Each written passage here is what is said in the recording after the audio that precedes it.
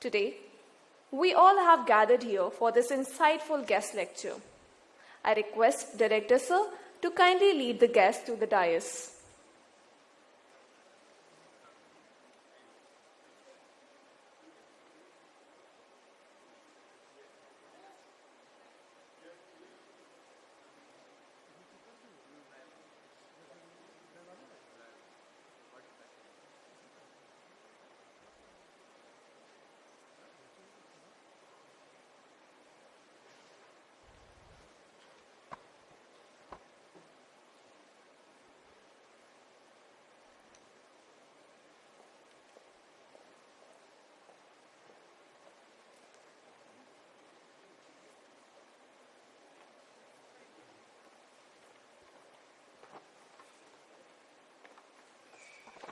To commence this event on an auspicious note, we are blessed to have with us Miss Maya Sherman, who will lead us in a sacred tradition that signifies wisdom, positivity, and enlightenment. I now invite our esteemed chief guest and respected director sir to kindly come forward for the traditional lamp lighting ceremony, which symbolizes the dispelling of darkness and illumination of knowledge and prosperity.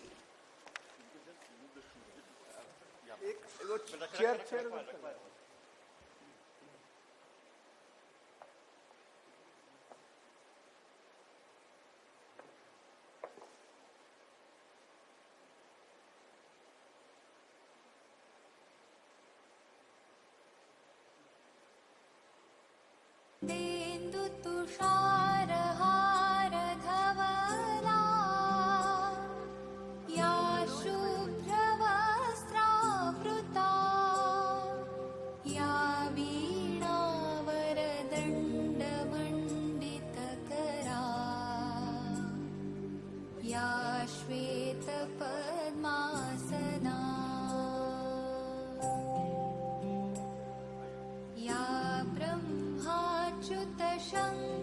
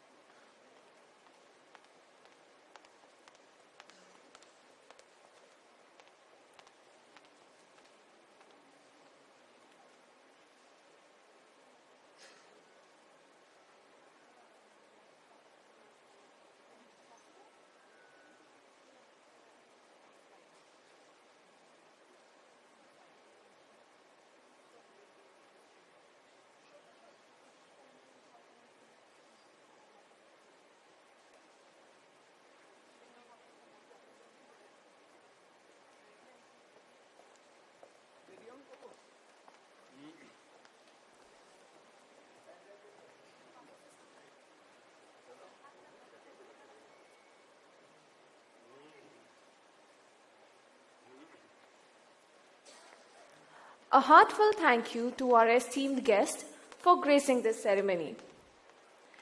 As a token of our respect, I now invite Dr. G.K. Goswami to present a sapling to our distinguished guest.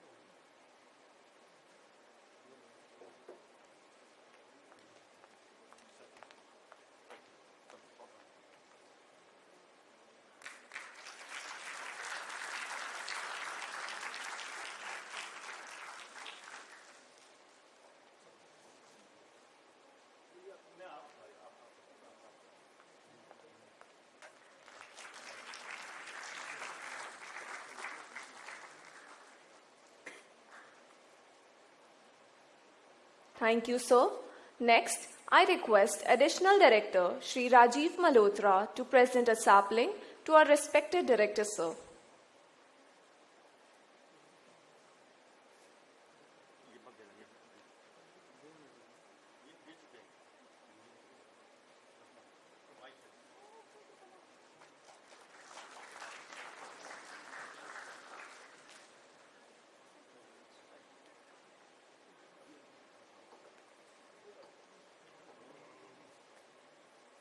Thank you, sir.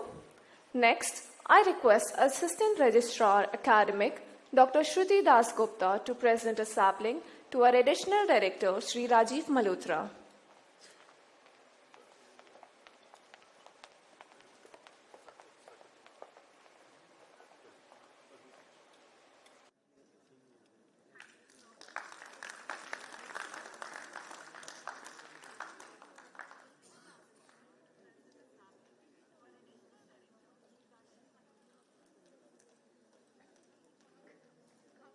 Thank you, sir. Now, we invite you all to join us on a virtual tour of our institute. Through this, you will witness the incredible journey of UPSIFS, its growth, the advancement that have shaped it into what it is today. Sit back and enjoy the tour.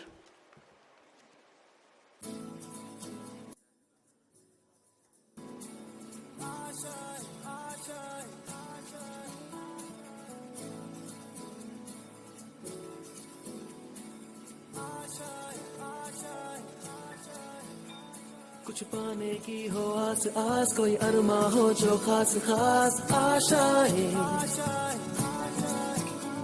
हर कोशिश में हो बार बार करे दरियाओं को are पार आशाएं तूफानों को चीर के मंजिलों को छीन ले आशाएं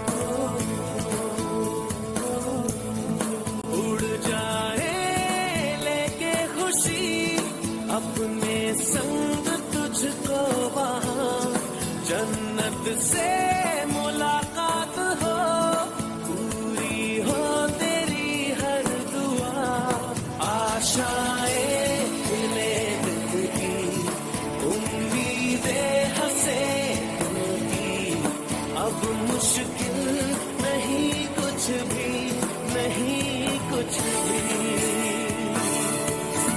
आशाएं खिले दिल की उम्मीदें हंसे दिल की अब मुश्किल नहीं कुछ भी नहीं कुछ भी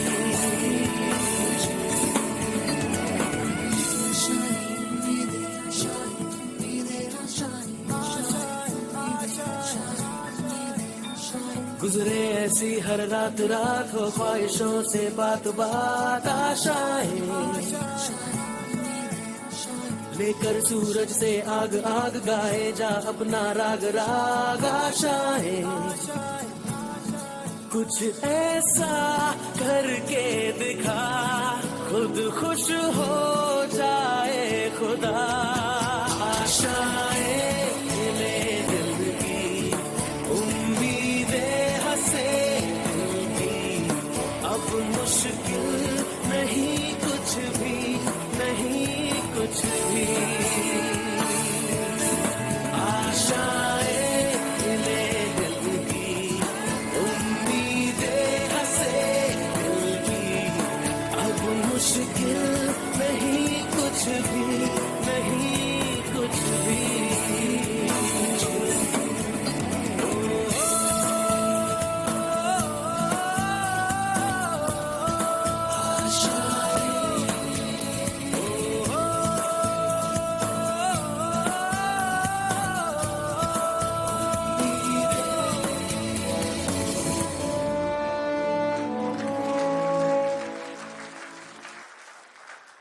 I hope you all enjoyed this virtual tour and got a glimpse of our institute's journey and progress over time.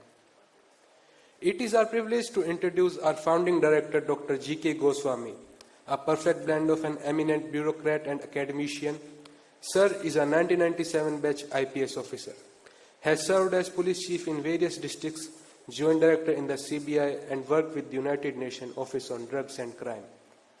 As a prestigious Fulbright Fellow, he visited Cornell University, USA. Recognized for his exemplary service, he has been honored 4 times by the Honorable President of India with the Police Medal for Gallantry, the highest national award for police. Alongside his remarkable law enforcement career, he has excelled academically, earning numerous gold medals and commendation in his legal studies. A prolific writer, he has authored several books and articles. Sir, we are honored to have you with us today. I now invite you to address the audience.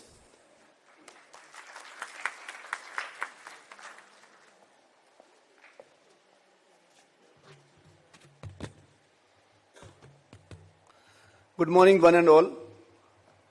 And today, despite it is Sunday, but you all are here, and this shows the commitment of this institute to learn more and more. And on this occasion, we welcome Ms. Maya Sherman, the diplomat of Israel in our embassy at Delhi, and our esteemed faculty will give her detailed introduction, but let me tell you that almost a month back I had interaction with her, but with my own experience of knowing various fields in AI and all, I find her most dedicated, devoted, committed, and highly professional individual. And more so, she has built up a great cultural ties with Israel and India. That is very, very important. She loved food. She always said that she is foodie, and she enjoyed today, and the company we enjoyed at my home today on the breakfast. And the talk was so long that probably we got delayed for about 10-15 minutes. So, Maya, you are most welcome to our institute. In brief, although our small documentary has given a glimpse, but still it is my duty to tell you a little bit about the institute. As I told you earlier, that this institute had built up in record time of about 18 months, and this entire building, every facility, resources is expression of the commitment of the state and federal government of India, and our Honorable Chief Minister is very, very keen and too much concerned about the growth, and not only growth, but as AI is concerned to have the speed, this institute has its attribute for speed. We are known for the speed, the way we work, the way we develop, the way we think. We think much ahead of time, and that is the reflection of that vision that this institute in 1.5 years, we started the first batch on 16th August 2023, and within almost 1.5 years, we have reached to that stature that globally it has imprint, it has recognition, and everybody have faith in us. We are not only giving education in graduation, post-graduation and other degrees on cyber courses, on online and various other activities, but we have almost 14 institutions nationally which are of great significance in diverse field, right from CDFD Hyderabad, which is the best institution in Asia on DNA fingerprinting, then various other management institutes, the Social Science Institute like Tata Institute of Social Science, and very soon we are going to shake hand abroad also. Almost we have a lot of invitations in pipeline. We are working on the draft MOUs, and very soon we will be having more collaboration in American universities, Mexican universities, and Gulf universities. So in next 5 to 6 months, I think at least half a dozen university will have shaking hand with us. That will open a new dimension to this institute and the other exchange programs, faculty exchange programs, and so on and so forth. Today, while we were coming, Maya was very keen to have collaboration with us, and we will very soon roll out some program with Israel as such, because you all know that Israel is globally known for their commitment to technology, be it in the defense side, be it in various several cyber security, cyber resilience, and whatnot. So she is very keen to have. We have designed some, planning. Although the course curriculum and other things we will soon design and we will discuss with you all. But her visit is the beginning, and we will take this initiative to a very, very high level. And why I am more interested to have collaboration with her and Israel particularly, because they have various projects running in our state. So you as a student, you as faculty will get opportunity to visit with their people on ground.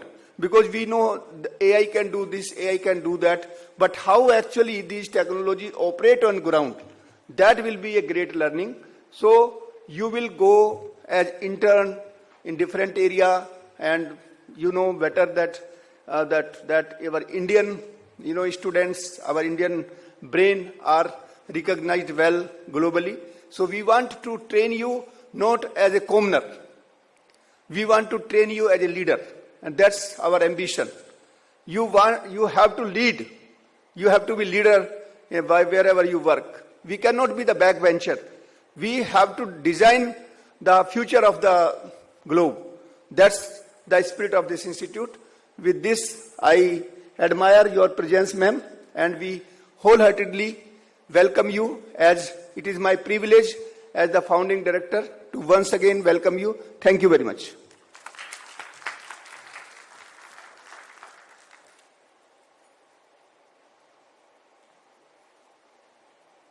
Thank you very much, sir, for your insightful and visionary words.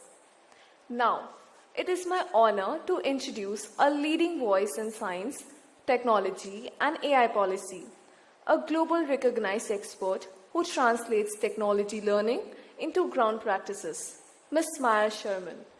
Ma'am is a distinguished science and technology diplomat and currently serves as the innovation attaché at the Israeli Embassy in India. With over a decade of expertise in AI ethics, cybersecurity, and online safety, she has significantly influenced global discussion on responsible AI.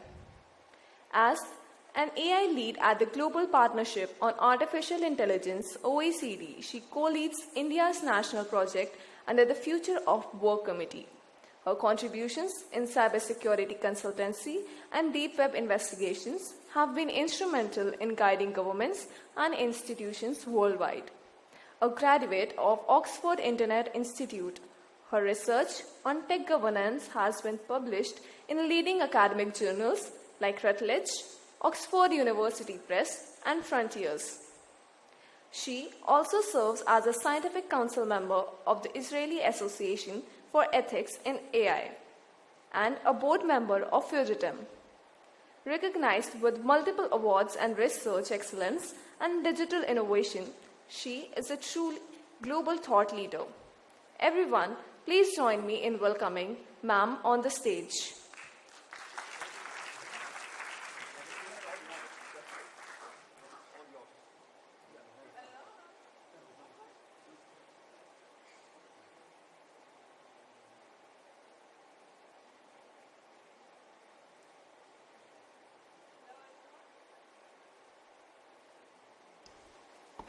Better. So hello everyone. Good morning, afternoon. My name is Maya Sherman. It's absolute wonderful to be here and to see the campus. Got to hear quite a bit on the work and more than anything on the quality of the students accepted. So first of all, congratulations for you for being part of such an institution. And it's wonderful to see the vision of the Institute, and I guess I'm saying it as someone who started in cybersecurity. My first positions and my professional trajectory actually started in cyber threat intelligence for governments in Latin America. Tech ecosystem is quite interesting these days, and you will see a lot of shifts. But of course, I'll start first of all with a huge thanks to Dr. Goswami. Sir, this is, first of all, it's a privilege to learn from you and your expertise, and to visit a bit more the campus. So I'm glad that we were able to make this happen. And I'm also, of course, looking forward to see what kind of things we can do perhaps together with the institution. So I'll cover different aspects today connected to technologies. Some of them connected to cybersecurity, some of them connected a bit more to AI. But what I hope to be speaking today is on the non-technological side of technologies and the way that we are thinking of human society, the way that we are perceiving future, has a lot of non-technological dimensions, even in a very technologically saturated reality, whether it's in India, or whether it's in Israel, whether it's in every other corner of the globe. So we'll be covering different things, a bit more into the world of law, a bit into the world of regulation, and how everything intersects together. A bit about me. So this is my first posting as an IFS, Israeli Foreign Service. I'm the innovation attaché at the embassy. But I guess I'm more than anything, I'm a tech person. I grew up in the industry with different tech startups, especially cybersecurity startups. Co-founding my own startup in India with some colleagues in Mumbai in the area of climate AI. Working quite substantially on everything connected to responsible AI. And more than anything, how can we govern innovation in an era that there is so much unknown and so many things that we're still learning on how innovation is supposed to shape our life. So, as a kind of an agenda, I'll be covered to cover a bit of these domains. Needless to say, there is so much more to this, but what I would hopefully for you today is to see some of the current trends that we're seeing worldwide, what can be relevant for you, and more than anything, I hope that we can keep on the discussion. In the end, especially with people who understand the domains as you do, who understand why cybersecurity matters, I hope that we'll be able to understand, first of all, the intersection between countries. Technology has a lot of threats, but it's also a bridge. It's a bridge for communication, for opportunities, but more than anything, for learning from each other. Whether it's in a university, And whether it's outside of university, as, again, you will be part of the future designing what cybersecurity would look like. That's how I usually start my talks, and I think this is important because it gives, I guess, Maya a bit of perception on what technology is. People will speak to you a lot about cybersecurity and AI and the biggest technological trends. But if you think on it profoundly, the last few years have actually shown us the power of non-technological phenomena. And this phenomena shaped the way that we are thinking on technology. We've had pandemics, we're still going through climate threats, wars, conflicts, misinformation. These are all things that shape the fact that we can no longer think on technology as something that benefits only one individual. The collective understanding of innovation, in my view, is the result of the fact that we were going through a lot of very problematic trends and phenomena in the last few years. Hopefully, calmer days to come. But needless to say, it's not always the case. From our perspective, and I think that's what brings Israel and India together, we look at innovation as a source of resilience, as a source of creativity. It's not just about creating technology that will be able to sell worldwide. It's about to see how we can enhance the social resilience of people, of different communities out there. This is a visual that I love. Some know it, I tend to believe. And I like these visuals because they show the vast generation of data that we are consuming even in 1 minute. Why is it interesting? Because we are starting to, I guess, begin to understand what is the vast generation of data that we are consuming. You will see a lot of articles speaking about data as the new oil. And as time passes and we're seeing more emerging technologies coming into place, this exponential consumption of data will increase. And that's the place of security experts and researchers to come into the place. Because when we have so much data generated, we need some very strong practitioners to be able to defend this data. Something that I loved as well, if you just think on how many AI-generated images we have, we are speaking about astronomous numbers. This is just of August 2023. Believe me, this will increase even more. It's divided according to the models, different models that AI has when it comes to content generation. Think from the cybersecurity perspective. When we have so many data points, of course it's an opportunity, but it's also a risk. We also need to be mindful of the fact that there are so many users that we now need to defend. If in the past people were unable to be as technologically aware or not always as technologically connected, security experts need to step up because we need to make sure that everyone can defend themselves from phishing, scamming, all these possible options for cybersecurity attacks, whether they are on the infrastructure side, on the applicative side. Another comparison that I loved, if you take AI-created images and photography, what we're able to create in less than 2 years in AI, it took us almost 150 years. This just to give you a slight example. So, for instance, security of pictures that are on the physical domain would be easy. We can perhaps put some physical blockers on cameras. We can play with it a bit more. With AI, the discussion changes. The role of security changes. The way that we need to defend users and think of online safety is becoming much more interesting. So, of course, it's also the question of how much you're into challenges, but I feel that specifically in the domain of cybersecurity, usually it's the people who like to solve the more complex challenges that the world is yet to unseen, because we usually don't know what will happen when we have a hacker coming up. So definitely interesting times, I feel, for everyone sitting in the room exploring this domain. I wanted to share a bit of highlights on what's happening. Again, you're clearly aware, but I guess as someone who's been working here, I could definitely see the increase in startups. AI has brought such a vast opportunity for India. We are seeing so many startups coming up, unicorns across the country. These are all things that are very valuable, first of all, for generally the economy. We want to see how the country can scale up the collaborations abroad, Viskit Bharat, of course, seeing how many countries can actually collaborate with the tech ecosystem. We now have some very interesting aspects connected to AI Action Summit in Paris. India became, I would say, almost one of the strongest leaders coming up and saying, we want to see responsible AI. It's no longer enough to see AI scale up.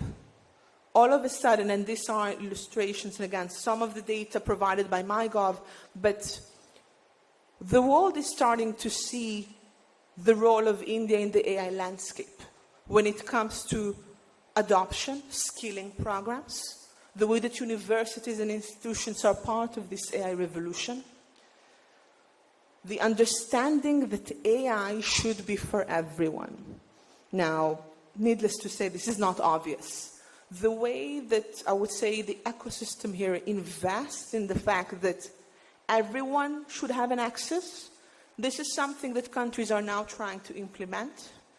I would say from the Israeli perspective that we are also working very harshly on everything connected to data accessibility and making sure that everyone can access it, but this is not a common item of all. One of the, I would say, the biggest innovations that came up out of here when it comes to AI is the inclusivity of languages. Unfortunately for me, I'm still learning Hindi. Hopefully it will get better with time. But, you know, there are 22 official languages, more than 900 non-official ones. This is probably one of the weakest things of the Western AI models. What's happening here with inventions as Bhashini, Bharajan, when we're thinking on all of these chatbots and applications that can real-time translate to so many languages, this puts the India AI ecosystem in a different place. And more than anything, showing a bit more the potential and leadership that is being pursued here under the vision of the India AI mission and generally the ecosystem. Now I'll go a bit more into the law. Clearly, when it comes to forensics and generally cybersecurity, the legal intersections are quite substantial. Regulation in the area of AI is one of the most booming topics because it's an emerging technology. And there are so many things happening that we should also kind of keep on track. Here it's again, you would see it's a kind of a visual just showing a bit on what's happening in the year to come, a bit more on the shift between 2024 to 2025. MeitY, the Ministry of Electronics and IT, just released the new draft of the data privacy regulations. Clearly a lot of implications for cybersecurity and safety generally. We are seeing many more countries trying to implement their own legislation, their own regulations. Each country gives a different perception, different understanding of how data privacy is supposed to look like, which is, I feel, a very good and intuitive direction to the development of the GDPR. GDPR usually considered as the primordial and most comprehensive piece of thoughts and legislation that we've seen in the area of privacy regulation. But what's currently happening, more countries are trying to create their own version that will actually suit their own countries better and their needs. We are seeing much more discussions on data transfers. But what I always like to say in this regard is the fact that we cannot discuss legislation alone. And sometimes we are seeing this. You will see different researchers. They'll try to say that we should discuss law and regulation separately from other domains. But the way the technology behaves is a bit different. So AI is here. We are discussing about the new generation of workforce. How would the role of cybersecurity experts would look like in the years to come? It will be quite different than what it's being right now. Lawyers, would we need lawyers at all? Would we see more AI-driven lawyers that can actually replace the human ones? Deepfake all over. So the understanding of the non-technological domains that shape the way that we're thinking on innovation is something that I would say is quite pervasive, and more than anything, should accompany you in every technological venture initiative that you're engaging with, whether it's in security, whether it's in AI, whether it's in both in some cases. Biggest questions that I guess we're surfing are connected to the mere question of how much India should regulate artificial intelligence. It's a question that, by the way, is relevant for many other countries currently trying to understand how we are balancing innovation and still the governance against harms. Quite relevant for cybersecurity discussions. But as AI is becoming a very big point for data generation, this is a crucial question. We are seeing the discussions on initial governance, the subcommittee by Meiti, I'll touch it shortly. Up until 2 weeks ago, there was a different question on the mere establishment of the foundational models. In a recent conference in Orissa, it was confirmed by Meiti that India will be building its own foundational models. This is something that I feel will be a big milestone for global industry, because for the first time we'll see language-sensitive models, something that can match much more diverse community than what we've seen in the Western models. So definitely exciting developments coming. This doesn't like me so much. This click. Okay, now it's working. Another one. Good. So recent declarations by Meiti, specifically in India, we are seeing, first of all, the establishments of an AI Safety Institute. Probably one of the most relevant intersections for you.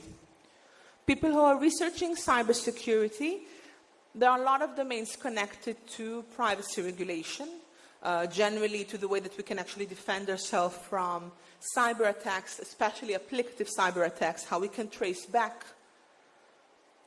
AI Safety Institute is touching a bit of this, because in the end, when we're thinking on safety of technologies, it's quite a big umbrella term for how we can make sure that users are safe when they're using certain technological applications. In AI, it's becoming such a widespread domain, so this is becoming even more relevant.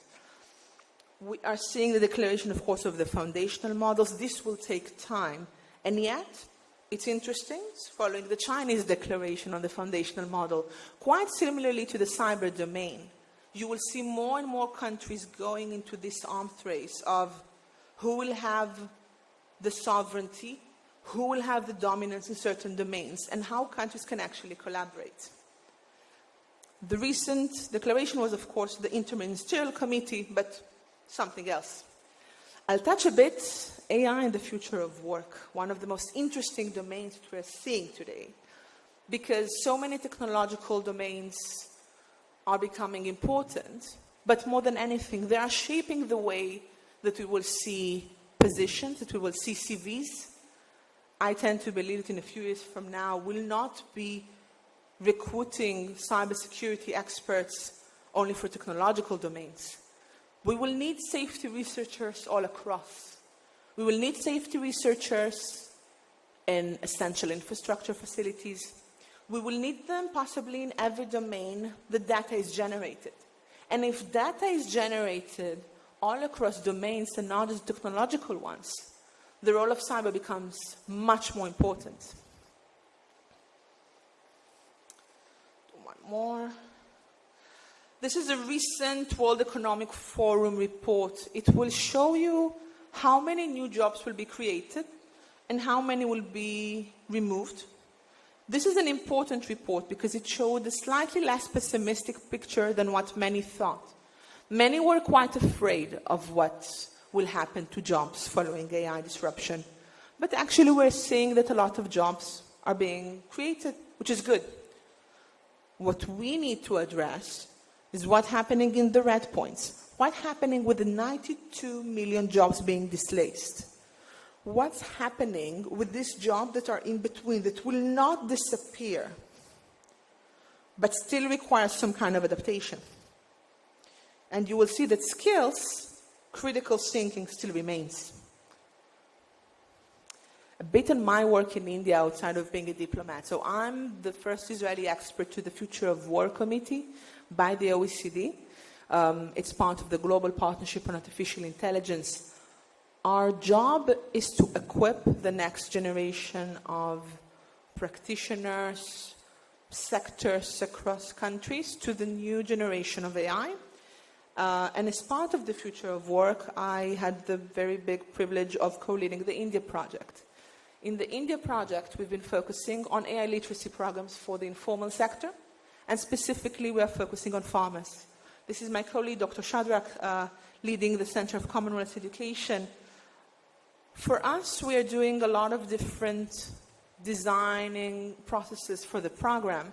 We'll be starting with a pilot program in Nasik, so the course will be in Marathi for 10,000 farmers. Why farmers? You would see more and more discussions on how we can create AI applications for the informal climate sector because of the relevance. Because using AI, we can predict natural hazards, we can have better understanding of crops, how to optimize our activities. So for some, it will look like almost an intuitive connection. But when you're thinking in it properly, once we're able to understand that AI can be our human extension, then we can implement it in many domains that no one thought of before. So we're still measuring. For us, we want to see how it's properly adopted and hopefully to scale it up more to different states in India, understanding the agricultural landscape will vary between states, not just by the language or dialect. And hopefully we want to scale it up to additional countries as part of the OECD. A bit on the climate, I'll go about it again. I was covering it a bit. India was chairing G20. There is a very big role on AI usage across climate domains.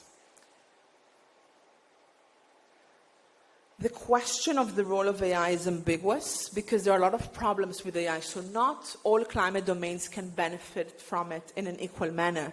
But it doesn't mean that we shouldn't try. So these are again some examples according to the Sustainable Development Goals, or what are the potential AI use cases. And you will actually see that we can map AI services across the SDGs. And this is a good testament of what AI can be in our world. The question of what AI can versus what AI is actually doing is a big one, because you will see a big, big gap between what we're actually doing with the technologies compared to their potential. The question of safety is probably one of the bigger bottlenecks connected to this, because sometimes if we are creating this massive datification of essential infrastructure, then we are creating a lot of security risk that we prefer to prevent. The biggest paradox of AI, the fact that it consumes energy levels that are sometimes equivalent to countries. We are speaking in future reports that AI can consume energy levels that are similar to the levels of what a country would consume. This is gigantic because we're actually creating a big threat. But what currently happened with China is that DeepSeek, the new foundational model of China, actually showed us something different. What it showed us, that perhaps we don't need so much energy consumption compared to what US was trying to show. This is probably one of the more interesting insights that we are seeing currently, because for the first time we're able to say that maybe this consumption and core understanding that AI is consuming so much energy was true a few years back. But if we can create DeepSeek, and we'll see more foundational models, and we'll see more open source infrastructure, facilities, and applications being created, then maybe this paradox is no longer relevant. Now I'll touch something a bit different, something that we spoke a bit in the morning with Dr. Goswami, and I guess kind of a connection to my roots. So I didn't start as a tech person. I've always been into art, actually. I painted for many years. My military service got me into tech. But before that, I always thought that I'll be a painter. I still hope to, at some point, to go back to the artistic roots. But you will see that now with technologies, and specifically with AI, we are transforming the way that we're thinking on creativity. Creativity in classroom for sure, the way that we learn, the way that we digest information, also the way that we create. We have a new term coming into place, AI arts. What's the difference between AI arts and human arts? Should we be the ones coming and saying that AI arts should be forbidden because it's not created by humans? How much can we allow arts to be non-human? And are we interested in that at all? So the question of the limitations here are endless. But they are more and more important because we are currently not regulating it at all. I'm a huge fan of Salvador Dali. So again, for me, I always liked surrealism painting. Surrealism painting is this kind of a genre that takes very extraordinary features that are not always connected and put them together just to show that sometimes the exceptional and extraordinary in painting can make sense under certain combinations. And the fact that sometimes the way that we think should not be as rational. Think of it as the quantum of painting in a way. I worked really hard on my paintings when I was young, and now we have engines that can create any painting that you would like based on the painter that you want. So if you want to become Dali for a day, you just need to put a prompt. This is incredible because, first of all of us can be a painters over a day. The problem is, there is not a protection for the painter itself. Dali doesn't need protection in a way. Dali's heritage is known. What about those that are, again, small, medium painters that are taking this kind of an earning? How can we protect them? So this was the thing that I was thinking about, and I'm giving it this kind of question for you to think of, especially from the legal perspective. And more than anything, from the philosophical perspective, are we accepting the fact that creative outputs can be generated by AI? Can we make them safer? Do we want to create a distinction between a human author and an AI author? But more than anything, can we protect human authors from copyright violations?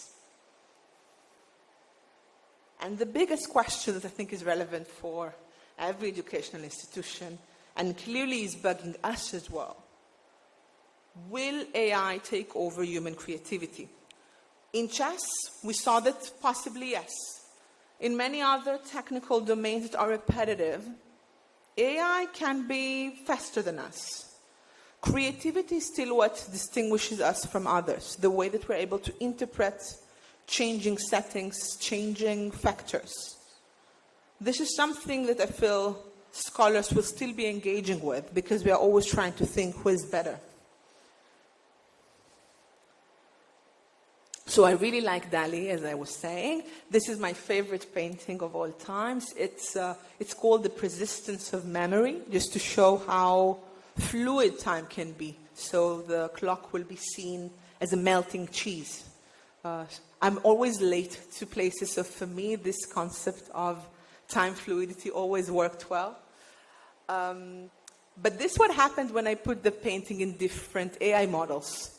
You would see it's quite similar. And there is no attribution to the author. This is fantastic in many ways, but it's also a bit scary because where is the place for originality? Now, this is a painting of a very known creator in human history. What about everyone? Do everyone agree that this should be the future in our reality?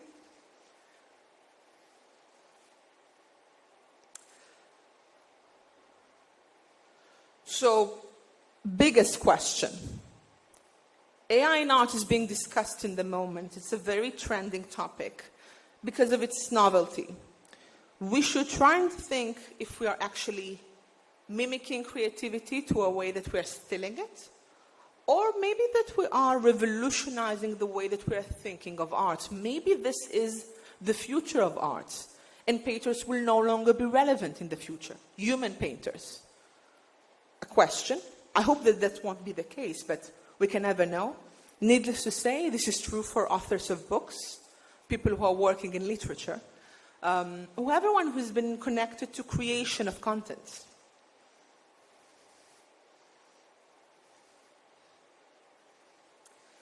Getting towards the end, but what I feel can be the vision, I think it's true for many domains, is to think how we can co-create.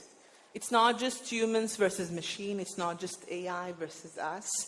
It's how we can create perhaps new arts together. Should we start speaking about hybrid arts? I feel that's the case, but we need to have some very concrete definitions on how much is AI and how much is human, perhaps even by percentage.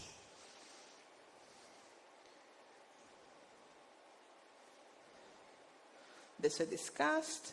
And now I'll cover a bit on what we're doing in the embassy, and I'll finish with that so that I can keep a bit of more time for questions. As part of my domain in the embassy, we're first of all trying to show how countries can connect. Whether it's, again, in India, whether it's in Israel, whether it's anywhere else in the globe. The point is to show what you're going through, and you'll be very surprised to know that cybersecurity students in other countries might think similarly, and maybe you can actually work together, learn from each other, understand how different companies can actually benefit from this connection. So what we've been doing, we've been working with universities, startup programs, different conferences, just to enable this kind of discussions around different technological themes. From Responsible AI Academy for Indian and Israeli startups, water AI challenges, cybersecurity hackathons. The list goes on, just to show how interesting sometimes this connection between countries can be. So this is some examples. But I'll just finish by saying that you're learning probably one of the most relevant topics, I feel, in the next few years. Because in many cases, it doesn't matter if it's AI, if it's IoT, if it's blockchain. Safety and security of data will always be key in any of these domains. What I would suggest, perhaps, from my perspective to you, we live in times that we constantly need to learn. Once you graduate, you will still need to learn new domains and new technologies. Because the world keeps on changing, and there is so much uncertainty and agility in the way that we are consuming technologies.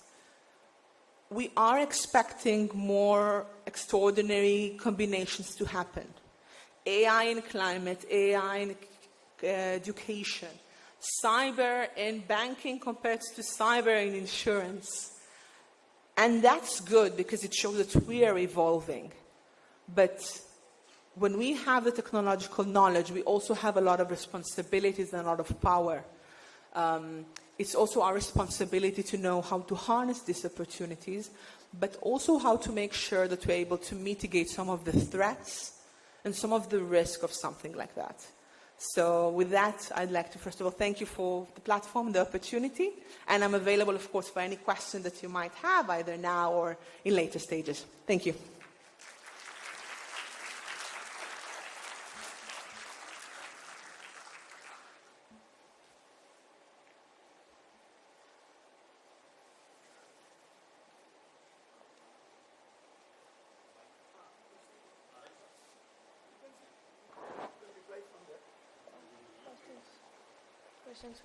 Thank you so much, ma'am, for an enlightening session and for sharing your invaluable insights. Now, we open the floor for questions. If anyone has queries, please raise your hand and the mic will be passed to you. Hello.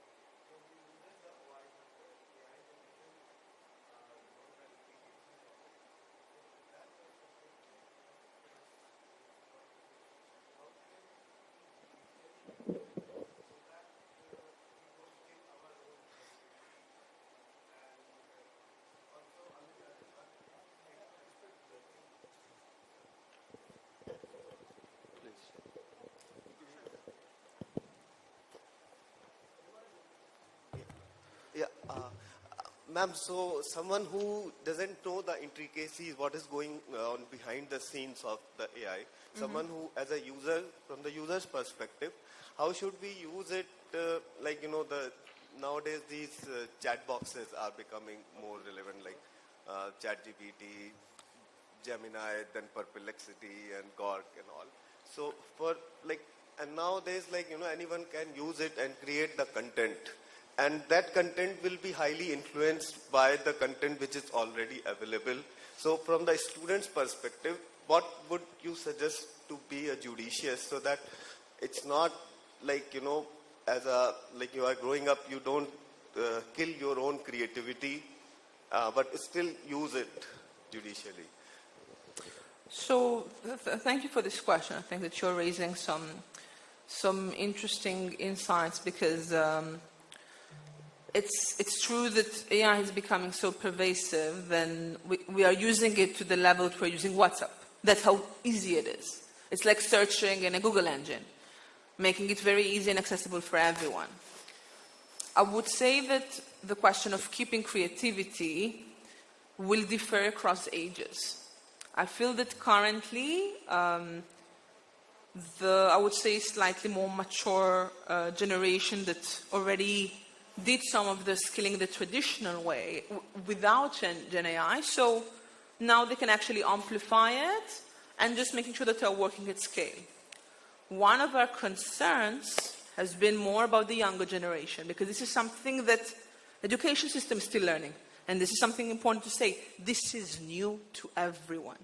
We don't know yet how next generation of students would be able to think when they are just exposed to ChatGPT. Think of assignments. Very painful thing for everyone. I remember from my student days. Today, you would see, a lot of the feedback of students would be that assignments are no longer an issue because you can just ChatGPT it. This is an obstacle for educators. It's also a potential blocker for, again, next students, because we are just not sure how creativity would look like. So to your question, it's still being explored. It's very accessible for people right now. You will see that different education institutions are trying different interventions. There are different ways to assess how creativity should look like, but more than anything, what assignments are we giving in education institutions? How art is supposed to look like? What is the future role of a lawyer when a lot of his tasks can be digitized? So I think that it's good that we're saying it because we can just work at scale. But what we're a bit missing today is that this kind of understanding of what is the new definition of creativity. So to answer your question, I don't think that we can think on creativity in the traditional means that we used to. We'll need to try and brainstorm how creativity should look like when, in the current position, I can use any data set that I want to create new outputs. And perhaps originality is no longer the essence of creativity. So, still a very new topic. A lot has been tested about it, but we still need more time to understand how creativity should be defined looking forward.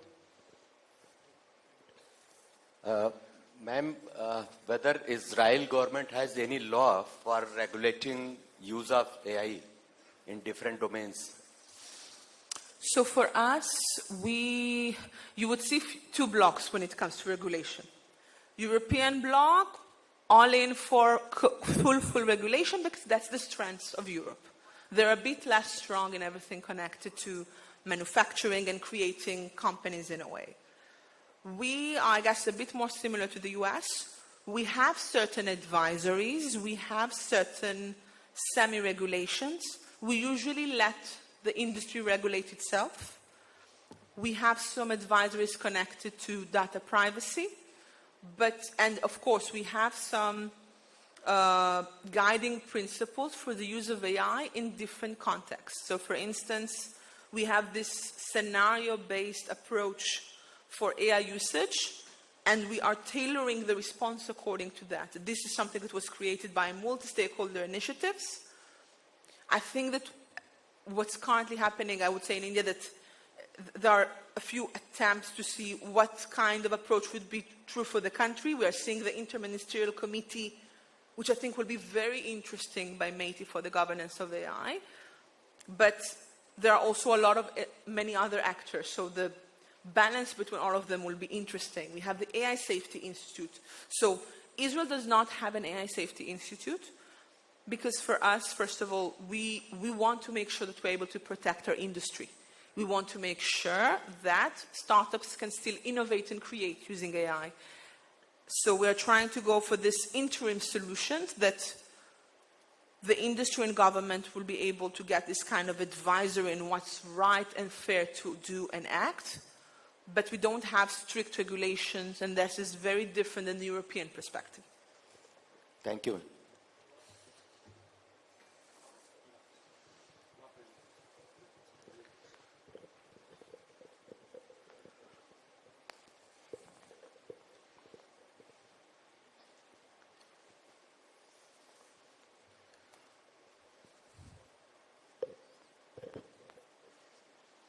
Good afternoon, ma'am. I'm Devesh Pandey from LLM. Hello. Ma'am, my major concern, as you are a diplomat, so ma'am, my major question is that, ma'am, what are the diplomatic level, what are the steps are being taken for the destructive nature of AI at global level? Is there any discussion about that, or any organization is being formed to take care of the destructive nature which AI is creating? So that's an interesting question. Diplomat entities are also quite diverse. You'll have different jurisdictions. Countries are also addressing diplomacy different, and that's important to say. Even, taking New Delhi, you'll see that each embassy is addressing innovation differently. Not every country will prioritize tech collaborations. Of course, for us, it's a big part of our economy. It's also true for India. So the diplomats are also reflecting their own countries, wherever they're coming from. When it comes to the role of diplomatic initiatives generally in building AI literacy and infrastructure generally, diplomats are not always technocrats, meaning they are not the ones who are always building the technology. For us, it's more about supporting decision makers to know how to support better the industry. So the role of, I feel, different multi-stakeholder initiatives is to connect everyone. What's currently happening, that there is not a very structured way on who is supposed to deal with this AI disruption. So diplomats are not always supposed to be the ones taking care of this. In my case, I'm an AI researcher, and again, specifically for my country, this is a clear priority, so that's why we are focusing a lot on this domain, and specifically in India, it's also very, very relevant. But to tell you that all the diplomats will work on AI literacy, it's not the case. Because, first of all, there are different priorities, so you also need to understand that diplomats and this kind of entities, again, embassies or diplomatic organizations, they have a lot of different considerations to take. So not all of them will prioritize it. But what I will say, a bit outside of the diplomat landscape, you have a lot of multi-stakeholder initiatives that are putting all together. So the OECD, for example, like the UN, you'll have academia, industry, government, startups, all sitting together to discuss how each can be better in a certain phenomena. And this is what I feel can be the right way to go. Because when everyone sits in the room and everyone knows what's the role in this kind of formula, then we're able to advance better. So hope I answered, but let me know, of course, if there is any other angle that you thought that I would cover.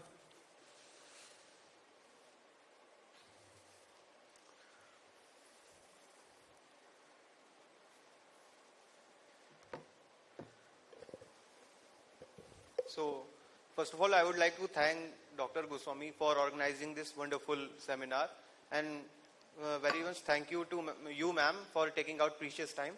So, ma'am, I have two questions. Firstly, we are seeing You world. please give your brief introduction, please.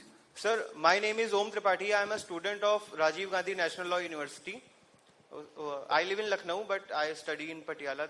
That's where the university is. So I saw your LinkedIn post about this seminar, and me and my friend came here to attend this seminar because we thought that this would be really helpful for moving ahead, because I have keen interest in this field of AI and tech law.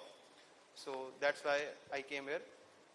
So ma'am, I have two questions. Firstly, ma'am, we are seeing worldwide that the courts are adopting a very conventional approach towards the matters that are related to AI infringing the copyright or the patents.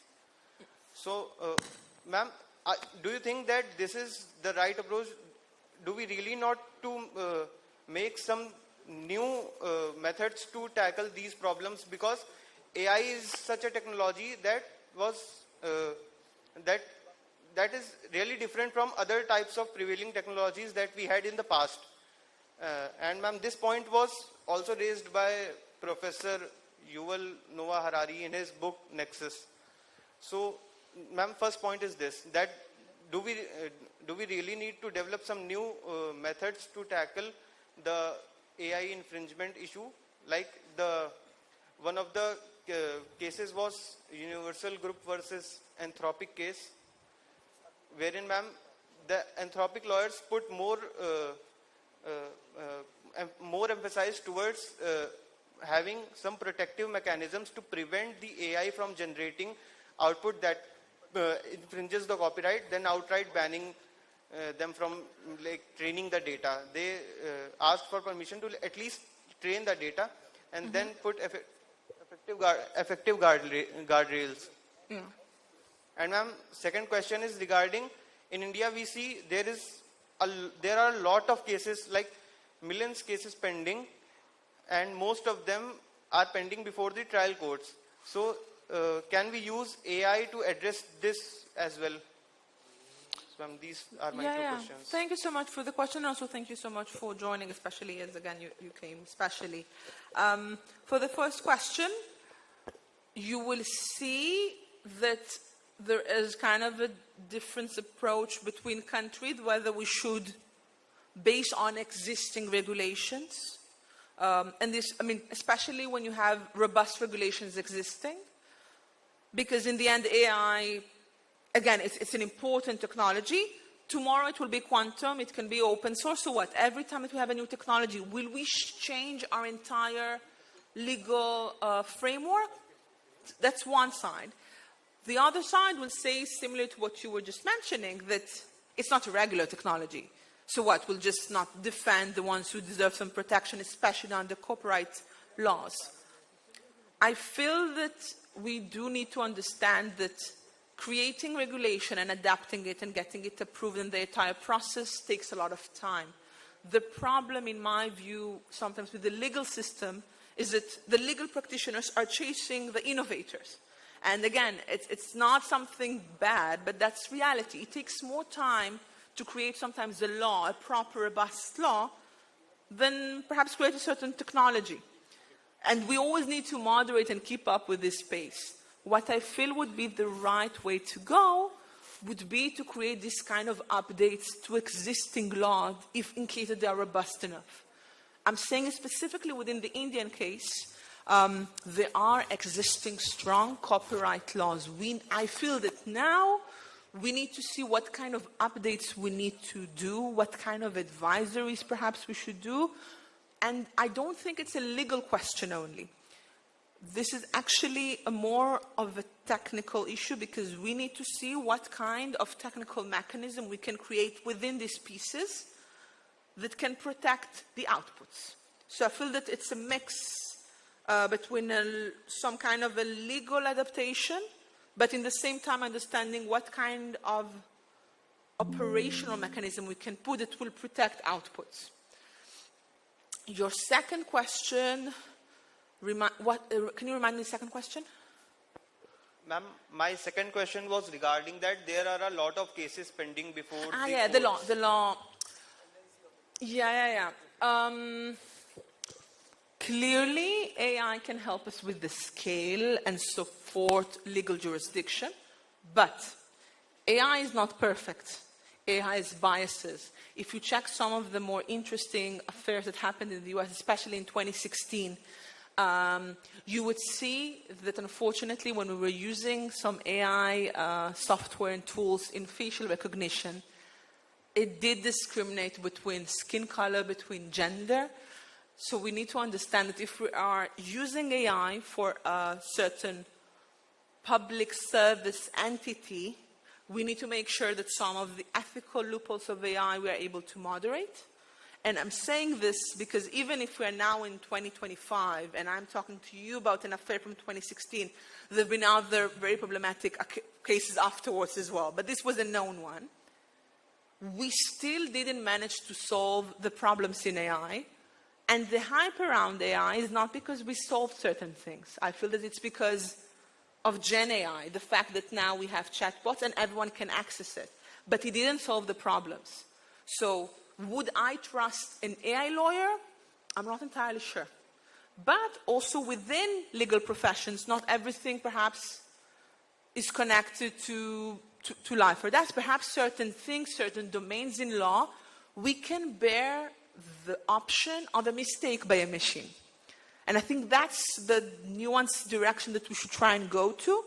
But I 100% agree, AI should and can help us solve a bit more the operational overwork and overload of lawyers today. In India, Israel, everywhere together, and it's a very important discussion that has been done.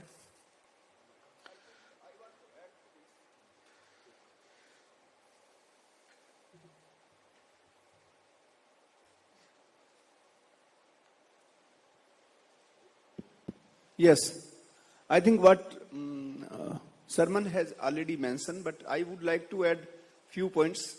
As he has rightly mentioned that probably the intellectual part of the judicial pronouncement or the intellectuality of the lawyer probably may not be replaced by AI per se, but the mundane work, like say for listing of the case, many times the human intervention actually create lot of, partisan, lot of favoritism and so many other things.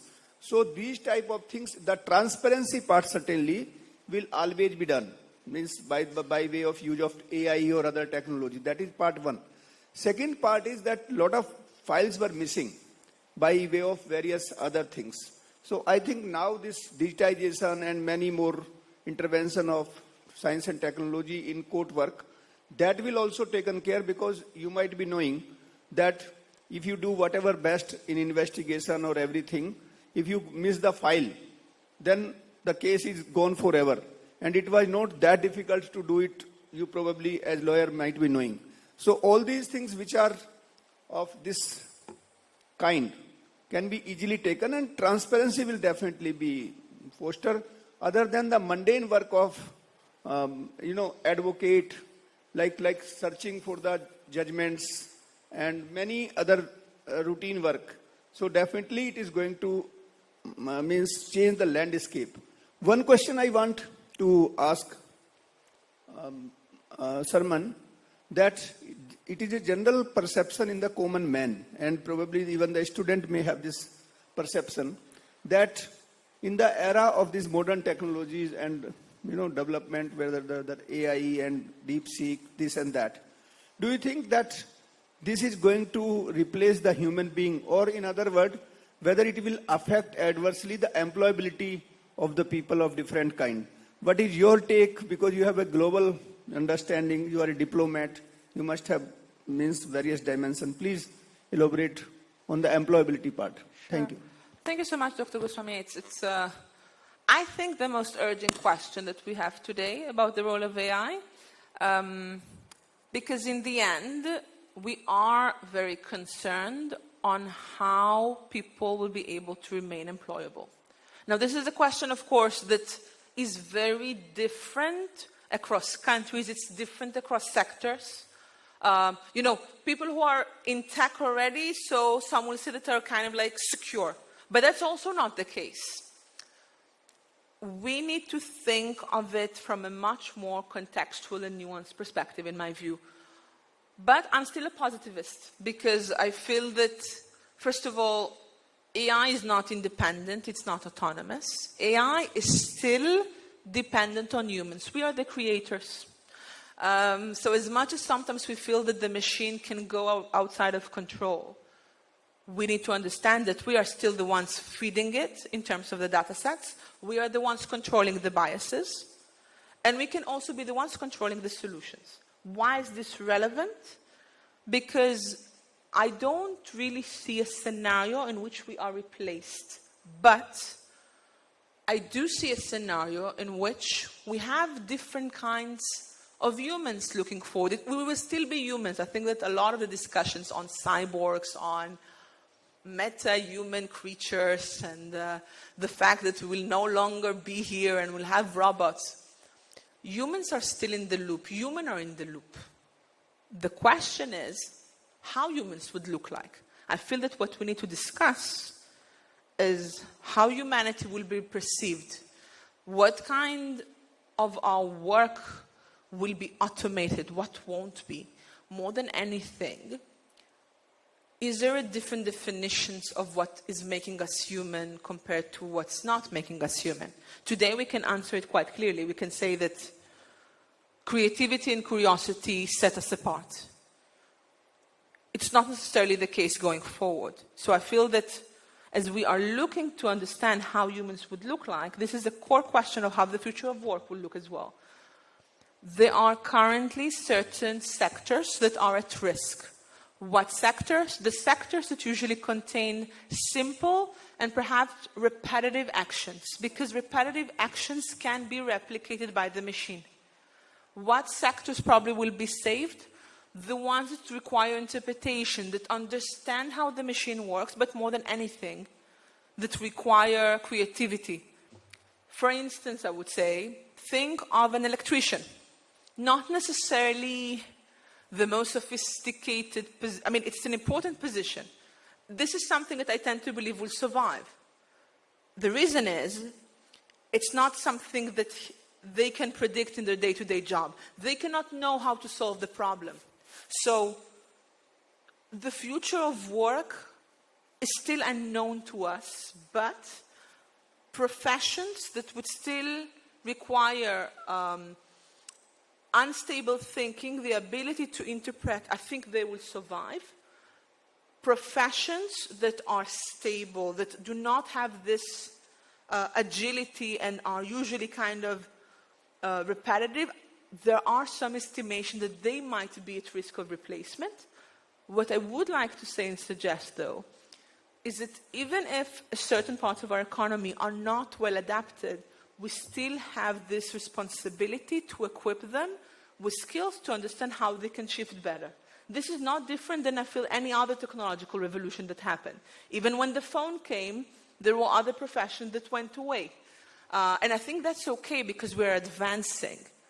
But we need to see, first of all, how we are supporting those that might be harmed first. More than anything, understand what kind of positions we want to see looking forward. At this time being, and again, I'm an optimistic, but I think it's good to be, we still have the control to design how future positions would look. Because we are at this place in time, AI is still very dependent on human thought, on human creativity, and most of the estimations still show that we are expecting so many new positions to come. So for the 92 millions that I showed before, we need to see how we're protecting them in a way that is still productive for the economy, but still does not take away their own autonomy to protect their own income, in a way.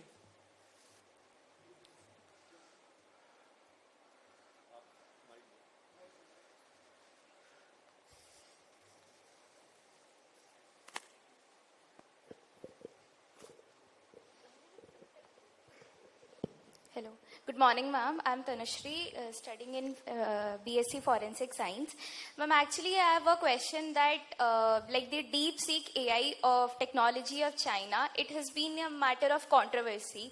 So, like, if a country is collaborating with the AI model of China and they are being unaware about like the data concerns and stuff, so like how any country should collaborate with the AI model and they should be aware about their like data privacy and like how their data should be protected if they are collaborating with any kind of AI models of any country. Wonderful question. And I think it's an interesting one because you are discussing the geopolitical tensions in data, and it's not always covered. China has always been, I feel, the bad guy of the industry. I'm saying bad guy, but again, it's also a very brilliant actor in the industry. China is not the mainstream. Some would say that there are, of course, problems in the way that they are designing technology because it's not always as regulated. They are not going with the rhythm. But they are testing and I think also making us and a lot of other countries think differently on how technology should look like. It's not only relevant for DeepSeek. Think of TikTok. So TikTok, I think, is a good example. Application created by China, not approved by many countries because of the privacy risks. And I think that that's exactly the place that you would see that countries are becoming slightly more reluctant on would the application actually be relevant. You know, US actually is now, I think, on the verge of almost prohibiting TikTok. India, of course, like it's not existing for various reasons, and many other countries as well. But what I would like to suggest here, it's not necessarily that China is looking for collaborators. Not all countries are looking for that. Countries are also trying to set dominance in the space. There is a very big important, which is called data sovereignty, meaning countries are trying to show that they have control on how they're creating technologies, more than anything that they're stronger than others. See what happened. China declared on DeepSeek. Now, this is not the most sophisticated model. OpenAI within a day showed that they are much more accurate. But the domino started. Europe started discussing on investing in AI models. All of a sudden, everyone is going to this direction. Sometimes countries are creating these new declarations and innovations not because they're looking for partners from the real political state and perhaps a more realistic view of countries. Sometimes countries are trying to show that they are leading the space, and then countries are adapting accordingly. India, for instance, is a wonderful example of a country that many others are collaborating with. Not everyone is taking this data collaboration approach, but also I would say you would see still in the regulation here, data localization is perhaps a harsher requirement. So it's not that everyone can collaborate with a country. So to your question of whether countries would like to collaborate with DeepSeek, I think that no. Estimation.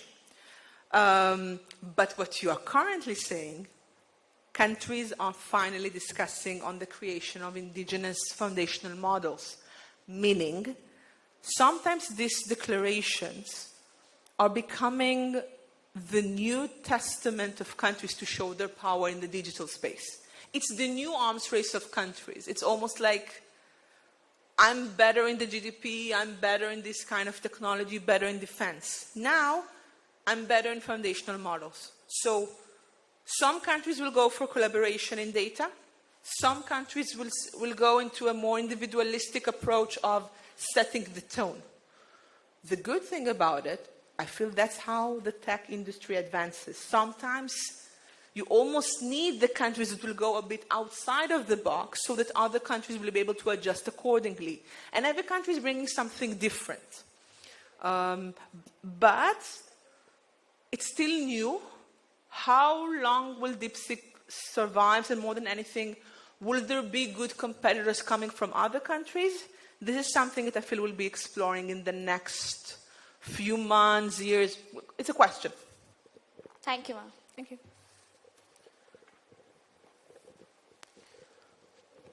Any more questions? Oh, okay. Lovely. Good afternoon, ma'am. My name is Pratyush Pati. I'm currently pursuing LLM from this institute.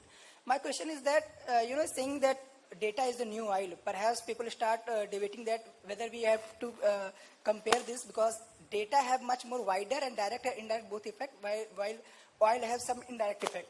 My question is that, don't you think the country which have, those countries which have much more resources and have greater R&D will somehow use it as a weapon against the country who fall behind it? And my second question is, like DeepSeek, if you ask anything about the against the China policy, they will simply don't so. So don't you think that AI and those who controlling the AI will now decide what people want to see, how it's going to see, and what information will not going to see for them? Thank you for these questions. Interesting points.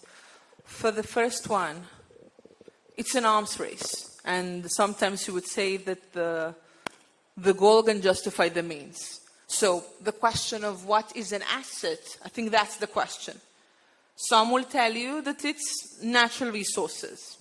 Look at the GCC, for instance. Very good example of countries that are very strong in actual, I would say, natural assets and, again, resources like, again, oil, for instance, in the more physical sense. You would see that most of them are also investing in data and technology because these are the new assets created. So what I'm saying here, with data coming, data is a big contributor to finances of a nation because once we're able to control data, we can increase our finances, our businesses generally. I don't want to say control over population, but it is a bit of control over knowledge. So it's almost commercial. Whether it can be used against other countries, 100%, it is being used against other countries. But the thing is, in countries, it's not, unfortunately, it's not a social race. It's a geopolitical race. And in geopolitical race, the survival of the fittest remains. Stronger countries are trying to show the relevance. The ones that are stepping up, they are still trying to understand the way. Look, for instance, of very interesting cases in cyber with Estonia. You have some countries in East of Europe that are not necessarily considered to be the strongest ones. But they were able to build very interesting cyber capabilities over the years that brought them into the attention.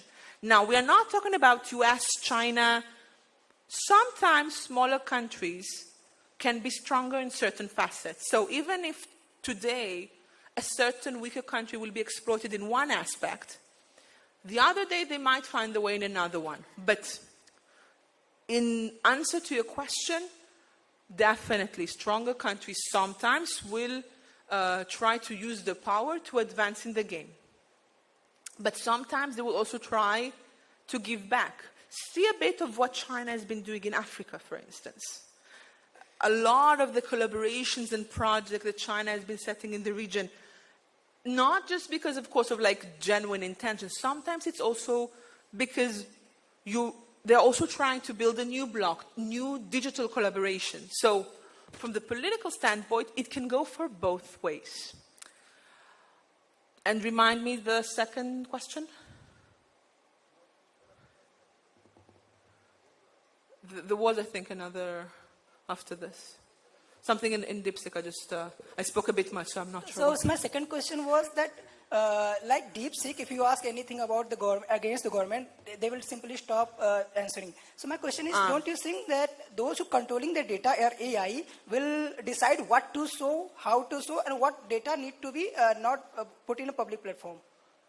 Yes, but Google is doing it as well. But you're not speaking about Google, right? Sometimes I feel that we are so afraid of new things coming up and being declared from China and other places as well. We forget to say that many other applications that we're using are doing the same. If I now ask Google about your profile, you'll be amazed to see how much Google knows about you. They know what you like watching, who you're talking with, what you like to do, what hours you're doing it through the day. in a bit scary way, certain applications we are doing in our day-to-day lives will know a lot about us and can actually use it. In case of search engines, they can sell it to third-party entities, and afterwards we're getting these very tailored ads that all of a sudden really suit us, and how amazing that it happened. DeepSeek, yeah, it's a fear that exists, but it's true for any foundational model.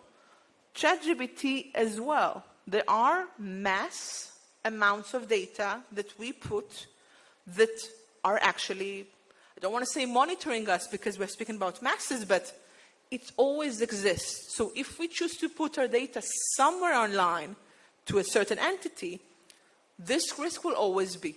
The question of, first of all, do we understand that that's the case and we understand where the data can flow afterwards? And more than anything, we can also take a stance and say, we are not giving our data to certain engines and platforms because of it.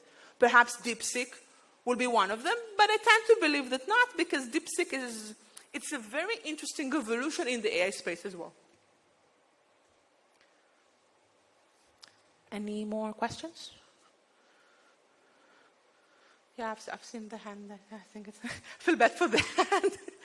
You're sitting more in the front rows. Good afternoon, ma'am. Thank you for an insightful session. Ma'am, my question is just a simple and generic one. I want to know your point of view on AI taking over the global technology someday. Generally, on the fact that AI is taking over.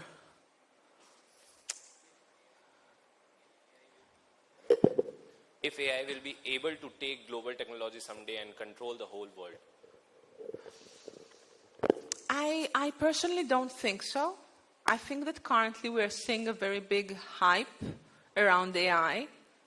I don't want to say that it's unjust, but I feel, and I think many tech practitioners would echo this, we're still yet to see some of the more interesting technological developments.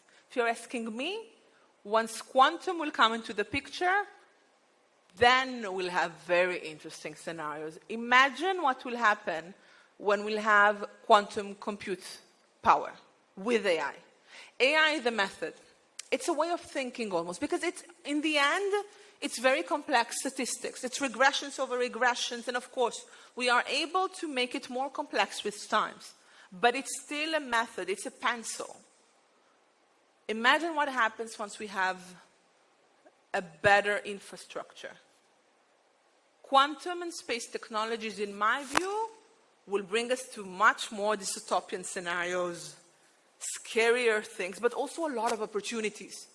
So it's good that we are trying to see what will happen and also to be a bit more concerned with it, but we are expecting some much more interesting, I feel, technological developments.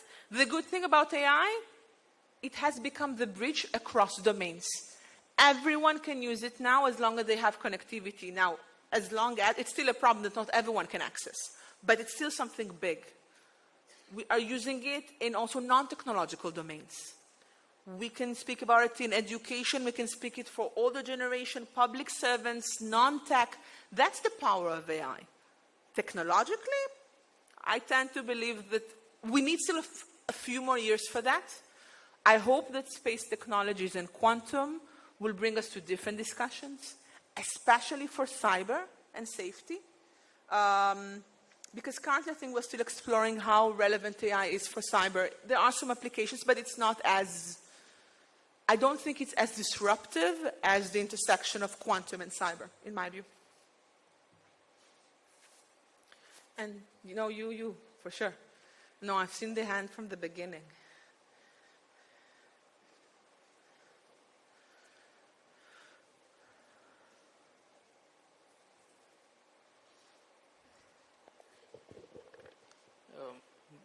Good afternoon, ma'am. My name is Krishna from BTech. Ma'am, my question is, what challenges might India face in developing its own foundational AI models? Recently, OpenAI CEO Sam Altman challenges India on this topic. So you're asking what's India's stance about the foundational models? Should it establish, or? Challenges in... The challenges, yes. Plenty.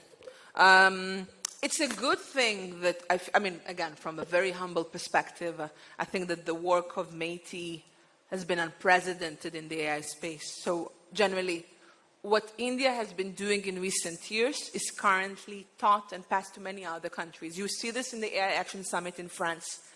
The declaration of foundational models, in my view, it's a very intuitive step to a lot of the developments happening. Opportunities are clear. Challenges, it's a very complex process technically. Most of the models are not as good with this multilingual capability. Think of this. It's almost like teaching a 6-year-old. Teach it only English, easy. You need now to teach it 22 languages, including interpretations. I'm not even speaking on non-official languages. Language is one parameter. There are so many other things. And I think that the complexity of building these models will require a very systematic, long-term and scalable approach to building these models. But I cannot think of a more relevant country than India to be leading it. You need a country that is able to work on this kind of scale and diversity. I cannot see a European country doing something like this because it's a much more complex effort of so many different entities in the country. Because you need industry, you will also probably need academia, you need the government to coordinate. You have, again, we're speaking about different states, different needs. It will be a process. METI currently released their, currently released their application for hopefully some service providers to join the efforts. But I think that once India is able to get into this, it will be a very big milestone for other countries that, again, are looking for this kind of diverse and multilingual perspective in tech infrastructure. Especially, I feel, after, the concept of DPI in the country, UPI generally. These are things that I feel put the right infrastructure for the models. It's just not the easiest of tasks because, of course, the very specific needs of the country, and more than anything, the need to make sure that it's diverse enough. So I feel that the challenge is on the operational side, but it's a very good and relevant step of the country as India is clearly leading most, I would say, of the responsible AI initiatives today globally. So this is a good step to go into, but it will take time. So that's, I guess, my concern in a way.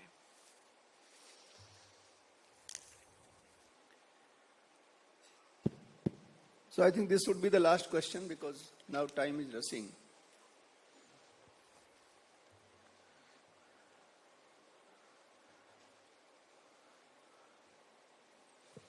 Good afternoon, ma'am. Ma'am, my name is Ram. I am a student of LLM in criminology. Ma'am, my question is, given the complexities of legal representation, particularly the need for empathy, nuanced judgment, and consideration of human values, how far away are we from AI being capable of effectively representing a client in court? Interesting. Quite far. The thing is, and it's true, I think, for most of the parameters here connected. How do we define empathy? It's a scale. Sometimes I feel that if we build properly the models, we can start to mimic a bit more the human thought. And sometimes the outputs would look to us as empathetic, but it doesn't mean that we were able to reach this level of sophistication. What I'm saying here, it's still very hard for us to judge whether certain outputs show this kind of evolution, especially in the legal space. Sometimes when we're seeing a certain outputs of the machine on a certain case, it can also just be a very fast and complex analysis of good inputs, meaning we were putting enough factors and inputs, so statistically, that's the way to go. So I think that things that are connected currently to empathy and again, human consideration, it's also the question of what was the output before. Sometimes we can program it so it would look like as if a machine is empathetic. The question, in my view, should be whether AI can still work under unpredicted scenarios We are far from that. We are still basing on previous data sets.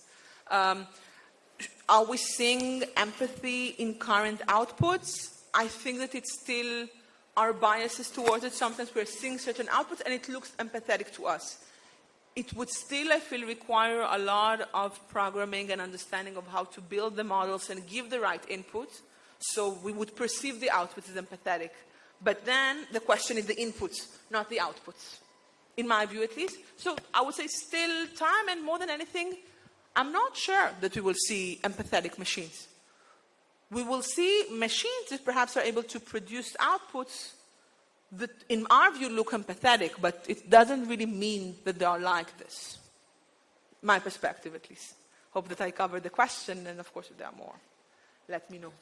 So, Maya, at the last, I just want one question from the institution point of view, that you are a technocrat, now you have turned into a bureaucrat and a diplomat, having seen the wide spectrum of education and its implementation from the viewpoint of technology.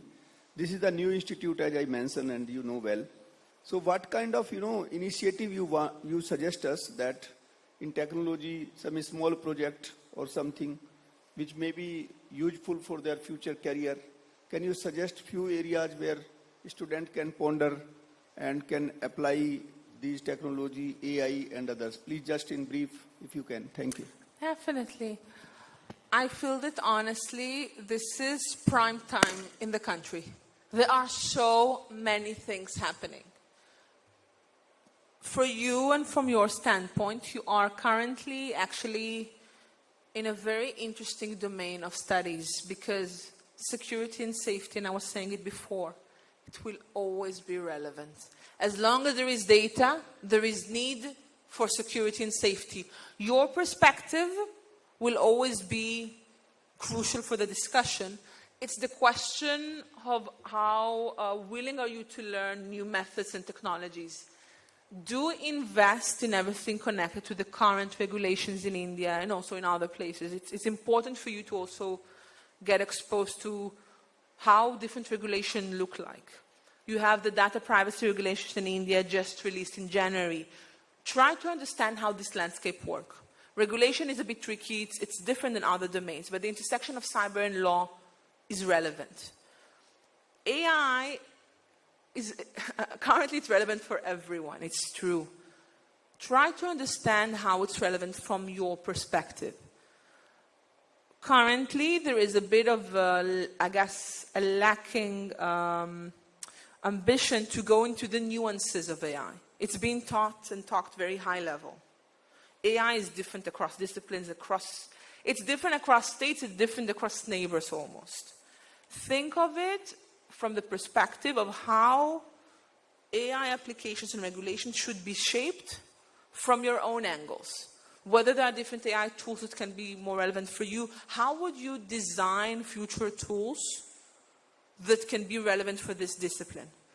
The intersection of AI and cyber is becoming more important, meaning you have more potential to be part of it. But try also to be active and proactive, and where you can join either, again, for research purposes, internships, hopefully, again, as we're able to increase more discussions, we'll be able to bring some of these activities.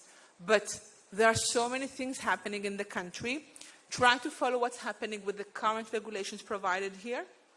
This will give you, I would say, a good advantage compared to other students that are not going into the nuances of law and technology. But then, of course, I'm always available for any question about the domain, and if there are any, hopefully, again, we'll be able to bring more experts and more sessions about it, and we can continue the discussion.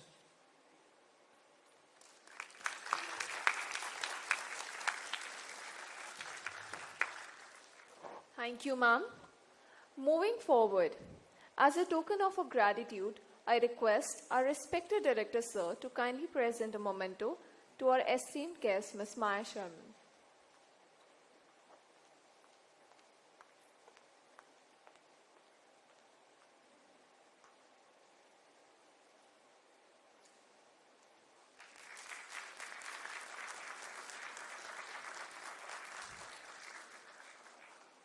Thank you, sir.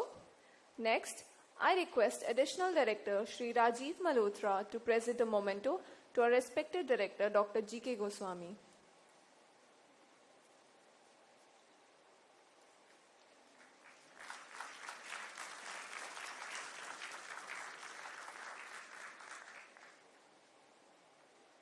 Thank you, sir.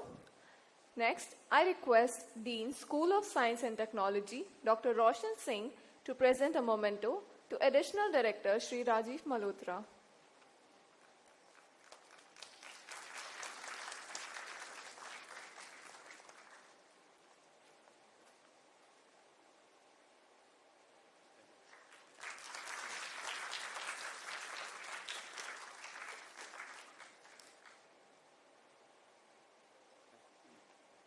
Thank you, sir.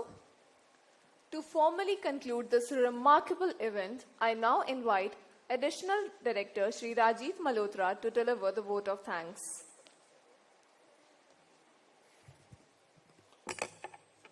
On behalf of the founding director of UPSIFS, Dr. G.K. Goswami,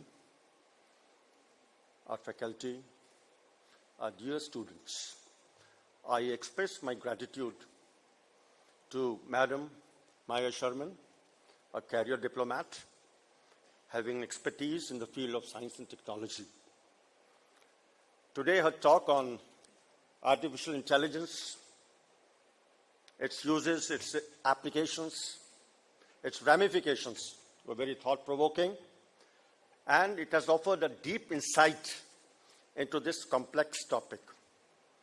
This topic of artificial intelligence, creates a lot of apprehension, a lot of curiosity, and I must say a lot of suspicion also in the minds of an average human being. But I'm sure, Maya, the way you have dealt on this topic and its application in the field of agriculture, it must have done a lot to clear the curiosity and, the thoughts triggering the mind of the students. Before I conclude the vote of thanks, I must request, Madam Maya, that this bond and association of yours with this institute should further grow and should further strengthen. It will be of immense benefit to our faculty, to our students, and to our institute as a whole. Thank you so much, ma'am. And it's worth spending a Sunday on a talk like this. Thank you, ma'am.